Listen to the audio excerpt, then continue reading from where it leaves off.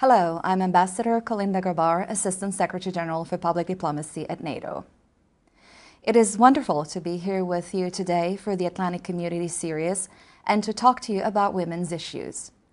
This is an important focus both for NATO and for me personally.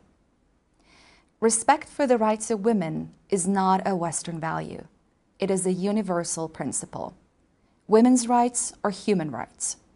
All citizens deserve dignity, justice, and equal opportunity. And they deserve freedom from discrimination and freedom to achieve. It is a simple truth. No country, no nation, no people, no community can achieve full potential when half the population is denied a voice.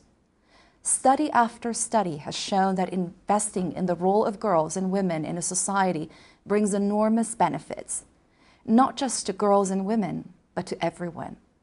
Here at NATO, we place a particular emphasis on supporting the important role of women in advancing peace and security and in supporting their full participation in the economic and political lives of their countries.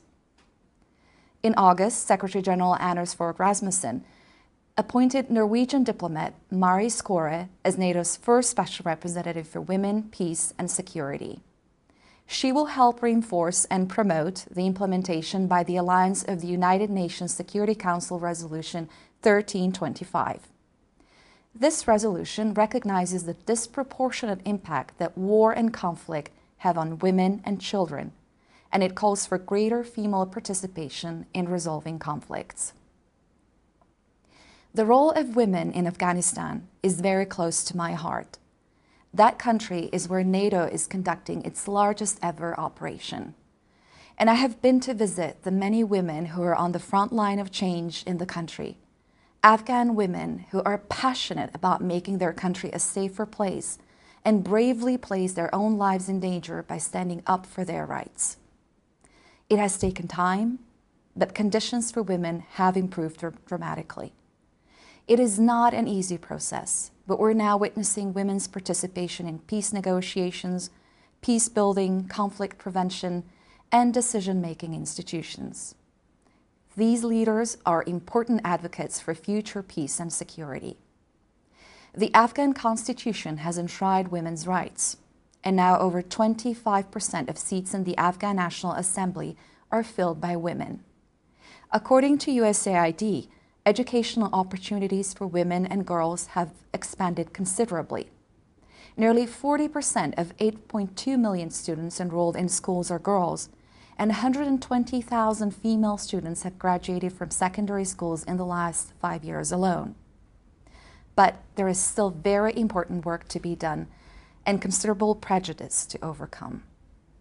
NATO will continue to support this work, because it understands that women are community builders, and around the world, women are the cornerstones in building long-lasting peace and stable societies. The global community must support these women, publicly and privately, and it must help to empower them politically and economically.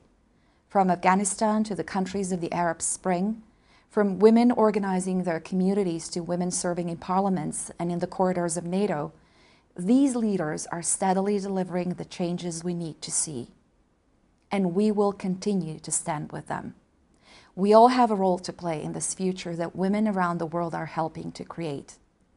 As the first female Assistant Secretary General at NATO, I can assure you that change is already taking place close to home. The future is being shaped here. It is a future where women are empowered and where women's voices are heard. I look forward to receiving your questions in the coming week on this topic, and I hope that you all stay engaged with NATO on this issue.